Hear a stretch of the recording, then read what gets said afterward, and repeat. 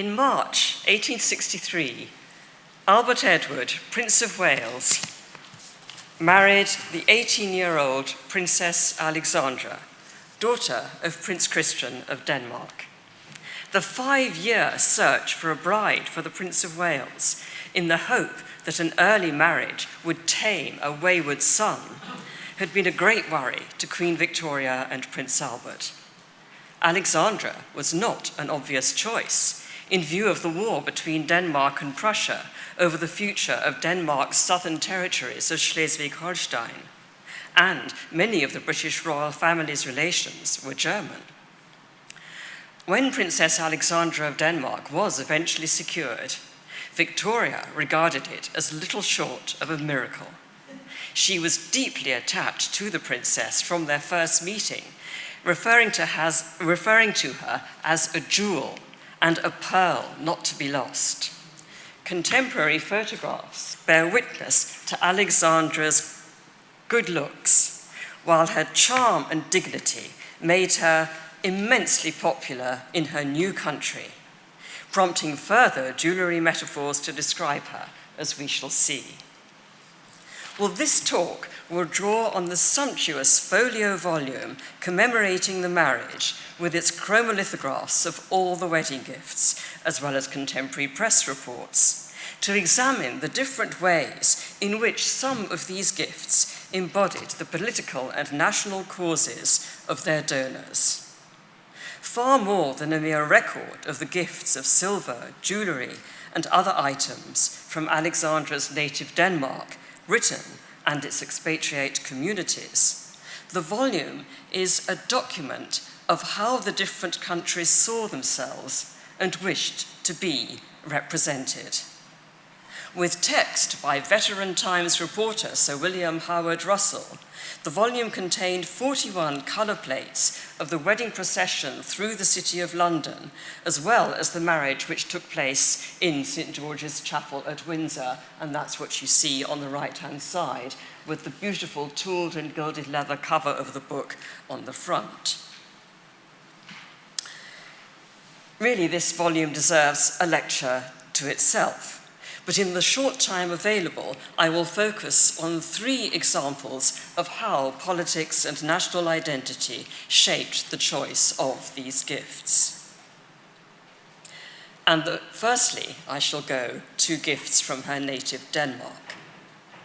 The role of the past in creating a new national identity in Denmark was captured in a report in the Times of 18th of March 1851, I quote, "The kings of Denmark have always patronized national antiquities and striven to identify themselves with the past as well as the present history of their people. And they have their reward in times of trouble, like that through which the nation has just passed, when the value of inculcating a national spirit has been fully proved in the heroic defense made by a small but united people against an attack supported by overwhelming force." The report was actually about a recent meeting of the Royal Society of Antiquaries of Copenhagen, chaired by King Frederick VII of Denmark himself. And the Times correspondent's motive in endorsing Danish royal patronage was in fact to make a point about the magnificent displays of national antiquities in Denmark's Museum of Northern Antiquities compared to the poor showing of British antiquities in the British Museum. I can tell you things have changed since then. Well, the first war of the Schleswig-Holstein question from 1848 to 51, to which the comment refers, had just concluded in Denmark's favour and was seen by the public in Britain as a large nation, Prussia, bullying a smaller one. By the time of the Second Schleswig-Holstein War in 1864, which did not end in Denmark's favour, Alexandra had established herself as a firm favourite, and a wave of sympathy with Denmark created a ready market for the copies of Denmark's astonishing finds of ancient goldwork, discovered in the 19th century from the early decades onwards. And I show you here two of the plates in the commemorative volume which show the different copies that she received. But there was more to it than the spectacular finds. Denmark pioneered the classification of prehistory into the stone, bronze, and iron ages. The tripartite system that we know today was developed by the then curator of the Museum of Northern Antiquities, and his assistant and successor, Jens Jakob Vorsor, was the pioneer of stratigraphy in scientific excavation, who, moreover, used Denmark's past to help promote a sense of nationalism.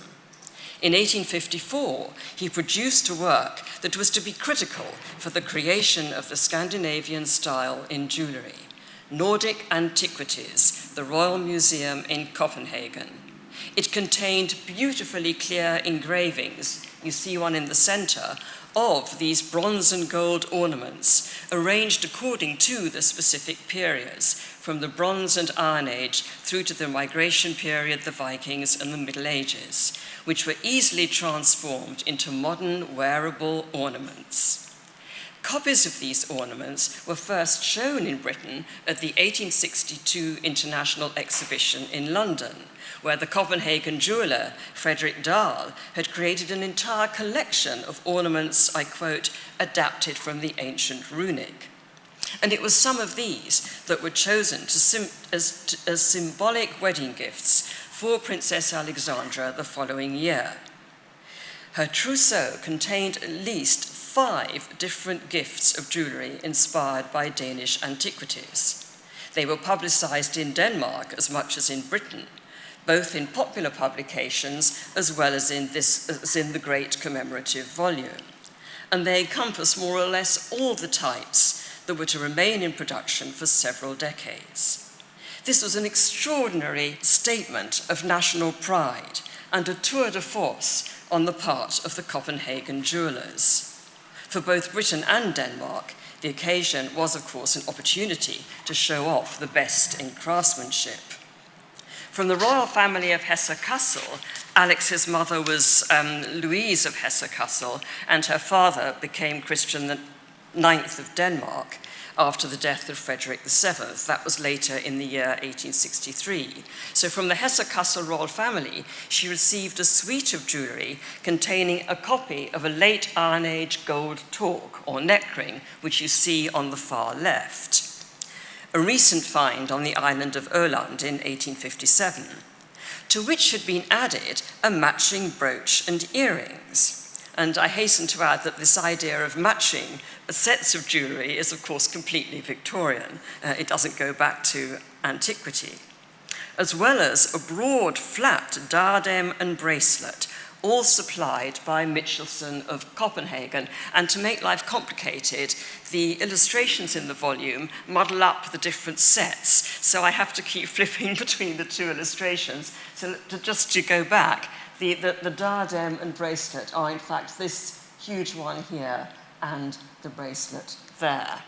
So to go on, we have the torque on the far left, the illustration from the Nordic Antiquities book in the center, and on the right, I show you a slightly simplified version, which instead of having this knotted clasp at the back, has in fact a standard Victorian bolt snap and then invisible hinges at the sides to make it easy to get on and off. And that example is in the Fitzwilliam Museum in Cambridge. It was owned originally by Margaret Kerr-Halkett, lady-in-waiting to Princess Alexandra, and Halkett was herself of Danish origin. The diadem, now in fact understood as a collar the other way up, and I show you at the bottom in the center there my own snapshot of these collars in the National Museum of Copenhagen, where you can see all the finds that Alexandra's jewels copied. And you'll see the very different colors. They are in fact bronze, these ornaments, whereas her copies are of gold. And on the right you see the illustration from Vorse's book, Northern Antiquities, and the same with the bracelet on the left there. From the inhabitants of the island of Lolland and Falster, she received a copy of a Bronze Age diadem with this wonderful double spiral, you see it lower left there, fastening the front and incised decoration with, again, matching bracelet, brooch, hairpins, buttons, and earrings.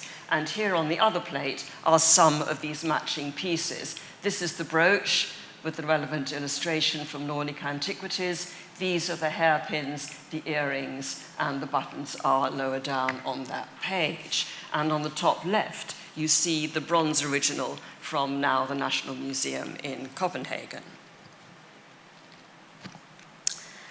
That the princess did indeed wear some of her archaeological reproductions is confirmed by their later appearance in the ledgers of Garrard, the royal jewellers, when they were sent in for repair.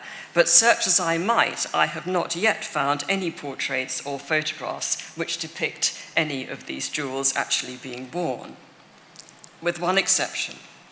From King Frederick VII of Denmark, she received a necklace of 2,000 diamonds and 118 Danish pearls, from which hung an enameled gold copy of the Dagmar cross, one of Denmark's historic medieval treasures, made by, and this whole necklace and the cross was made by the Danish court jeweler Jules Didriksen, and it's now part of the present Queen's personal collection, having descended down through the royal consorts and queens.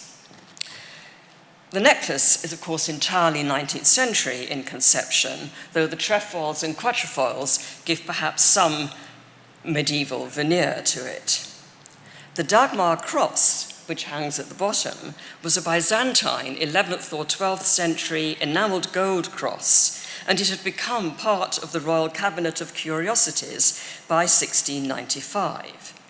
It was believed at the time that the cross, the original cross, had belonged to Queen Dagmar, wife of Valdemar the Victorious, who died in 1212.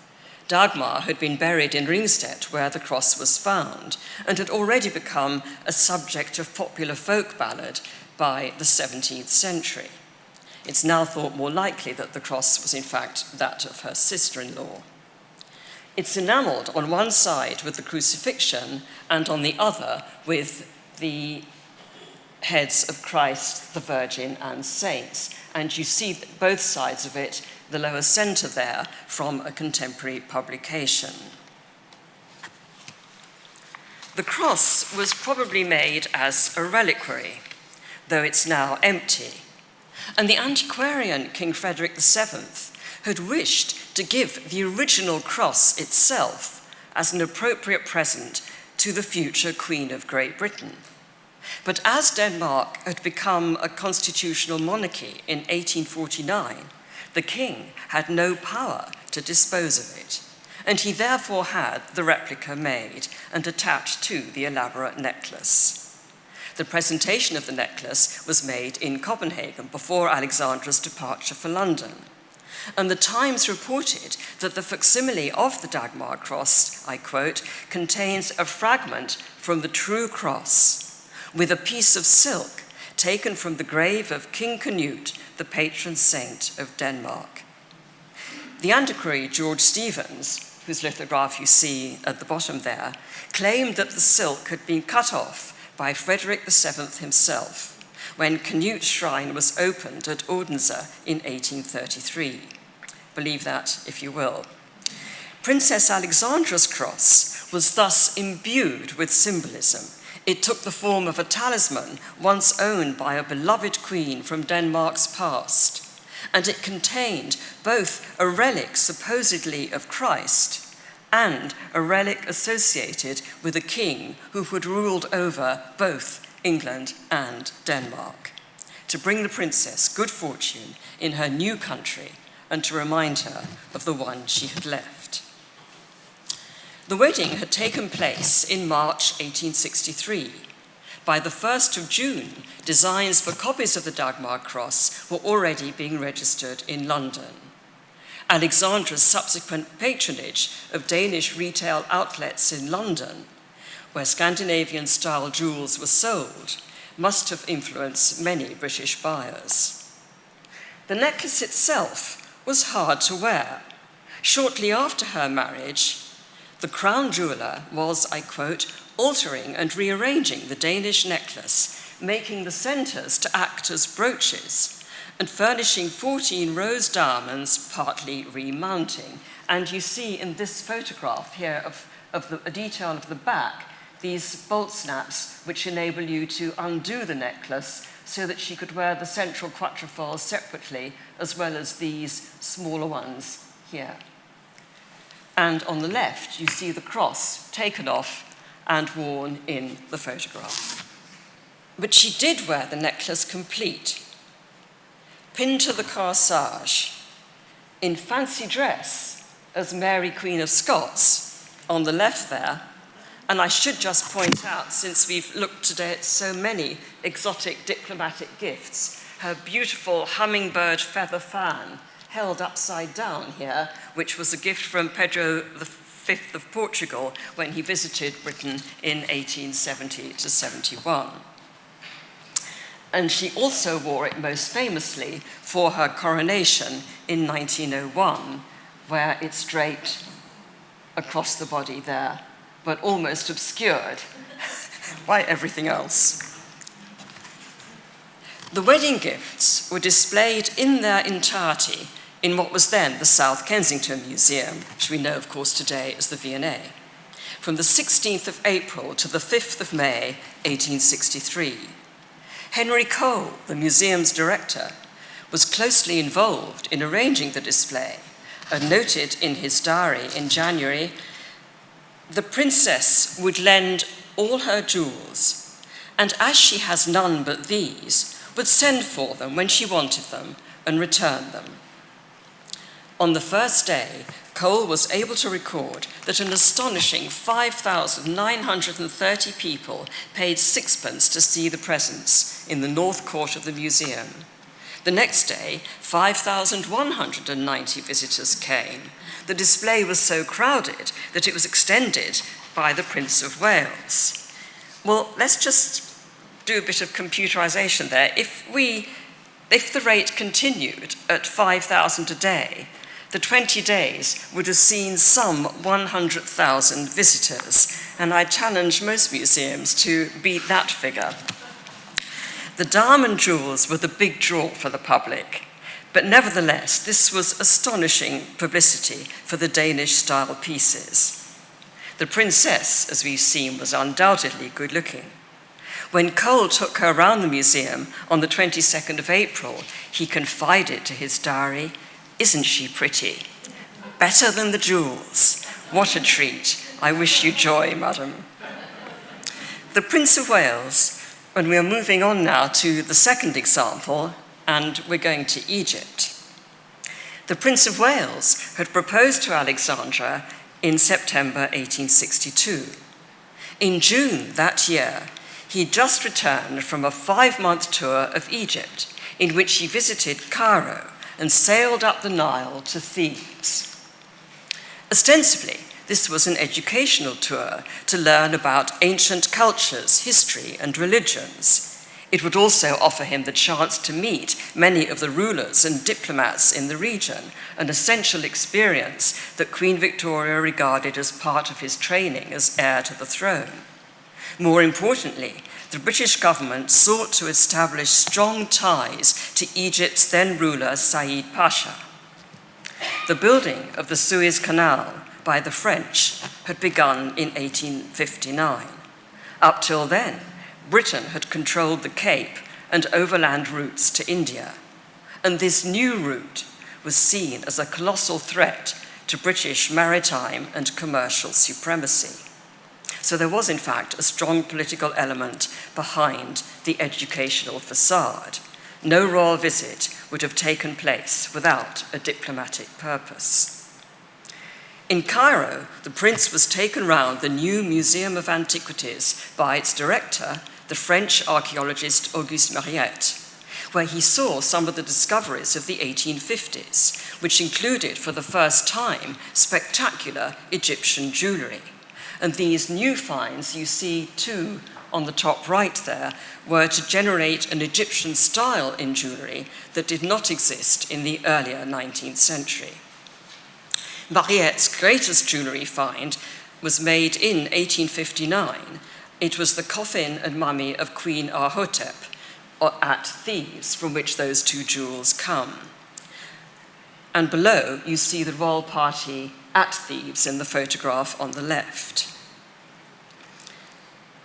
The fame of the Ahotep treasures spread across Europe when the Viceroy of Egypt sent it to London for the 1862 International Exhibition to show off the superiority of the collections in his new museum, alongside the beautiful silks and embroidery of modern Egypt.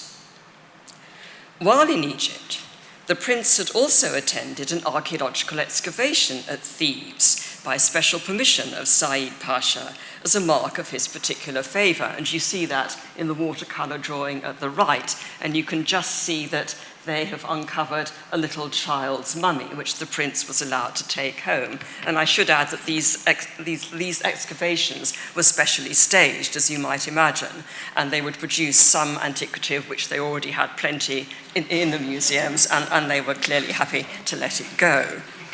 The prince, during his time in Egypt, the prince also acquired a series of ancient scarabs, some of which he had mounted or reset by Phillips, the London jeweller.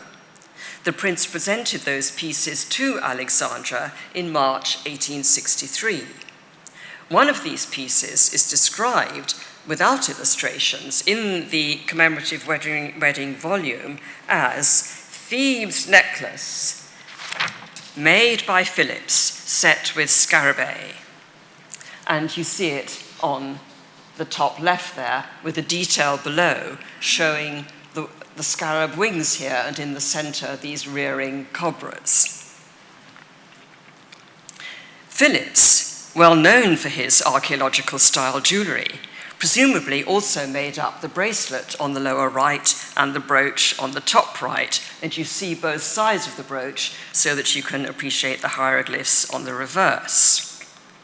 The brooch was that which the princess wore for her marble bust, sculpted later that year by Mary Thornycroft.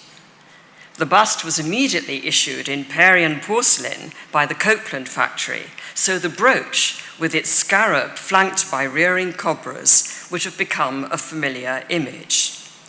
Phillips then exploited this royal commission by making further variants for general sale, and you see one on the right there, now in the British Museum, set with a large cabochon agate instead of a scarab. When showed side by side, it doesn't seem as if Alexandra's brooch was set by Phillips, but it may be that the unevenness of the cobras is simply to do with the fact that they had to mount an unevenly shaped scarab in the center. The art journal reporter who visited Phillips' shop in 1870 noted one such brooch, describing it as an onyx, a variety of agate, writing, "Among the numerous imitative antiques is a very large onyx brooch of purely Egyptian design, made after the pattern of one in the possession of the Princess of Wales, and the only ornament the Royal Highness would permit to be indicated on her bust by Mrs. Thornycroft." End of quote. And I wonder why it was just that one piece. She didn't wear the diamond, she could have done, but she chose this small little gift, one of the first things that the prince had given her. When Charlotte Gear and I published our big book on jewellery in the age of Queen Victoria in 2010, we hadn't managed to track these jewels down. The royal collection didn't have a record of them, and I wrote that they didn't survive. Big mistake. Some years back, I got a phone call from Catherine Jones, who I'm delighted to see is here today, saying, "I've got something you might just like to see." Yes. She said, I think we might have found Princess Alexandra's Egyptian jewels.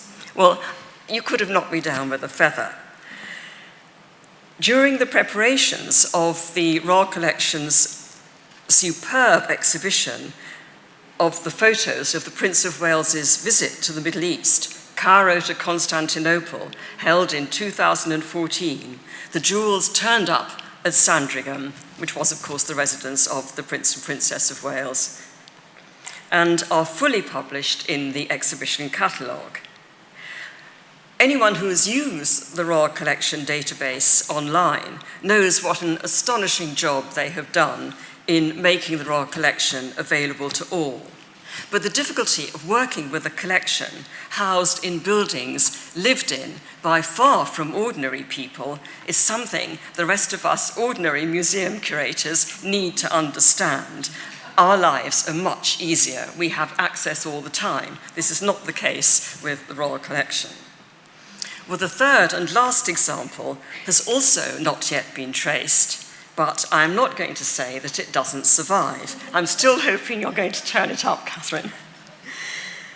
This was an entire casket of jewels made by the Castellani firm of Rome and given by, I quote the Times, a body of British noblemen and gentlemen residing in Rome.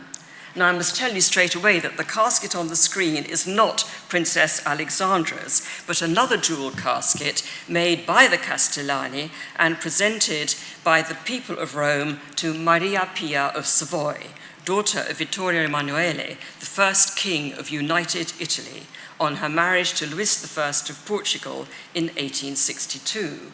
And the casket, with its contents complete, as you see, is in the Ajuda Palace in Lisbon, where, of course, we saw the fabulous torchère by Berlin Porcelain this morning. The overriding theme of Maria Pia's casket is Rome and Roman jewellery. But from contemporary contemporary descriptions of Alexandra's casket, however, we know that apart from a Roman laurel wreath, which I imagine was similar to the one you see there, it contained reproductions of Greek and Etruscan jewellery. And you see on the right-hand side an archive photograph of the 19th century display of Castellani's Etruscan-style recreations in their showroom in Rome. And note just quickly the two long flat bracelets here. We'll be looking at one of those in just a moment. The growth of the Castellani firm coincided with the discovery in the area around Rome of astounding Etruscan and other classical jewellery, which acted as the catalyst in Castellani's search for a new language of jewellery. The firm had been founded much earlier in the 19th century, and initially they were goldsmiths rather than jewellers, and relied for their jewellery stock on imports from Paris. But the discovery of these ancient works completely transformed what they did.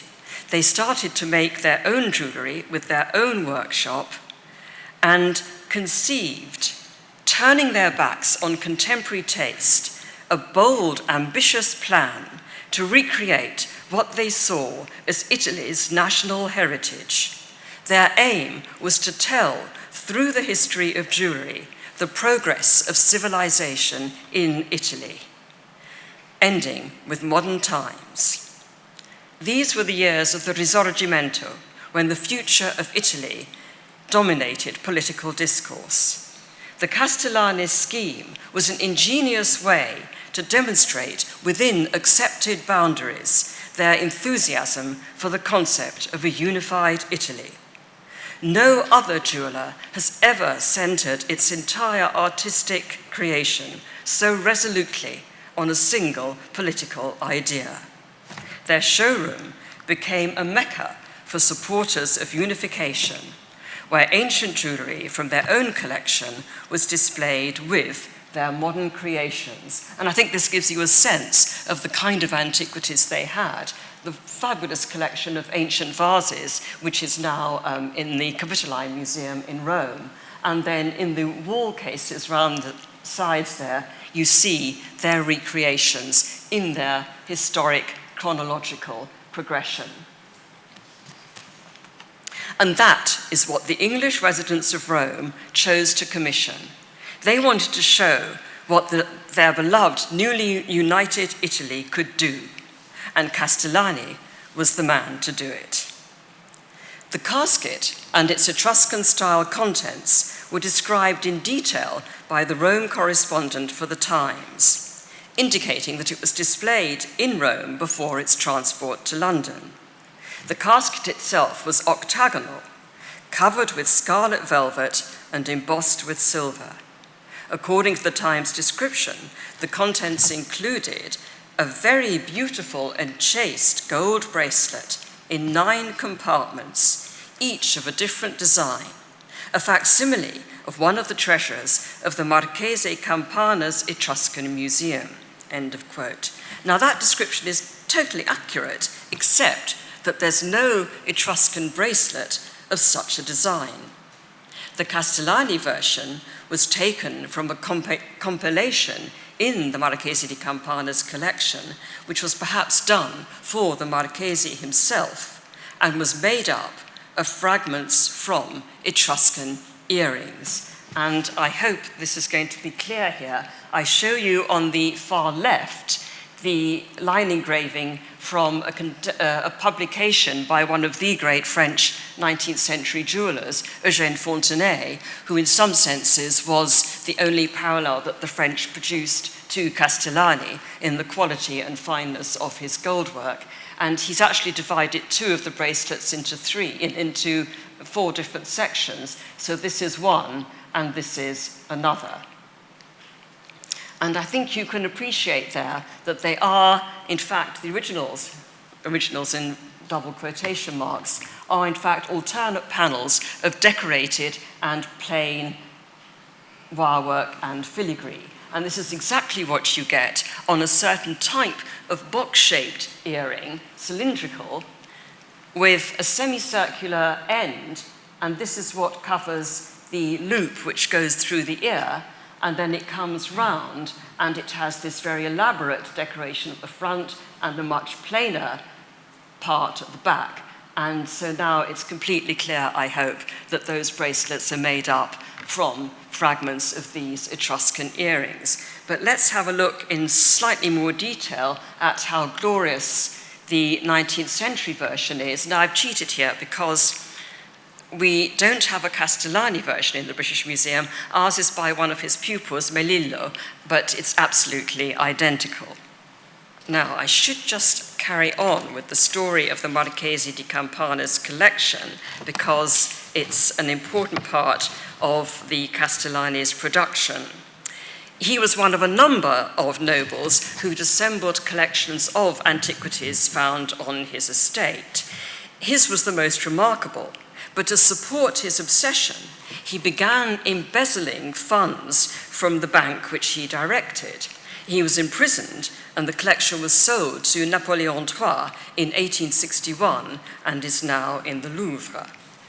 Before it left Rome, the Castellanis had it for 6 months, ostensibly to repair damages.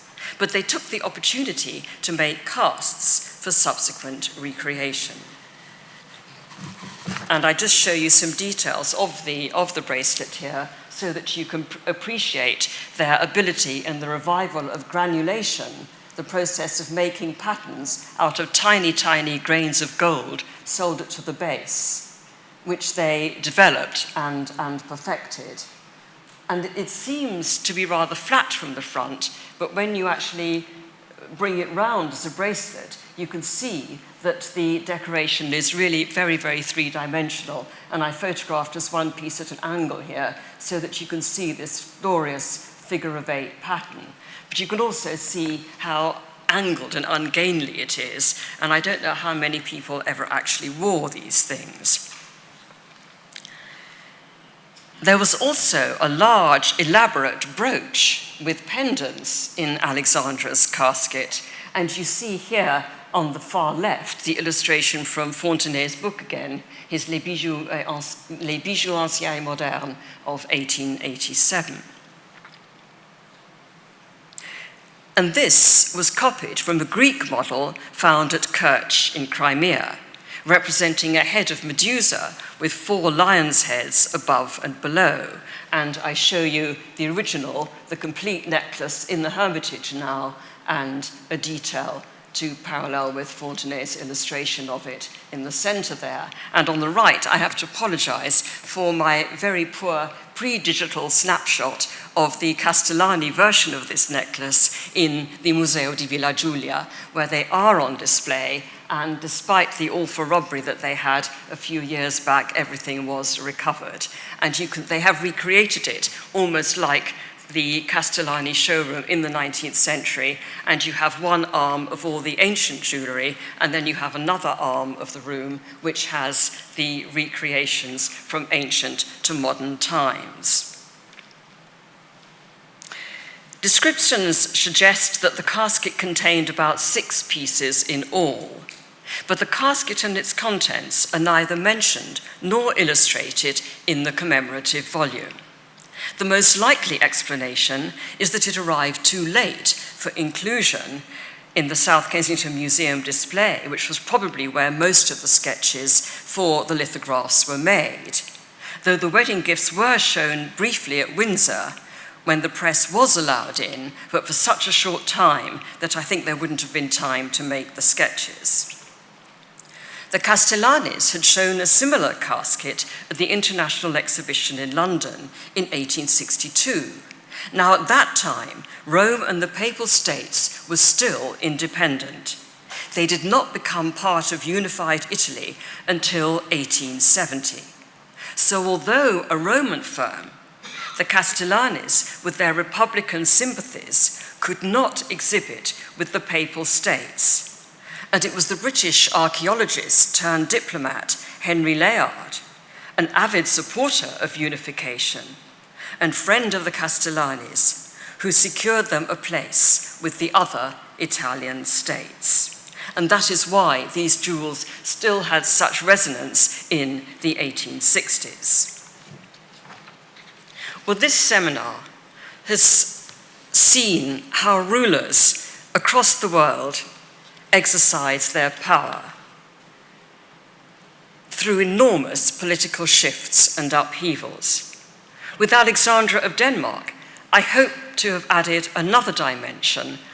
As a young, far from wealthy princess from a small country of relatively small significance, she became, through her marriage to the future King of Britain, a vehicle for others to project through these gifts their perceptions of power, the power of the past, harnessed to forge new categories that could embody the preoccupations of the present.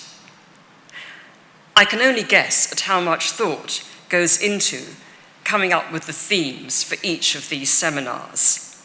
Since this particular aspect was not mentioned in yesterday's fully deserved 40th anniversary tributes, I take this opportunity to say that this theme has made us all rethink our subjects. So thank you, Brian and Anna, for coming up with such a stimulating topic.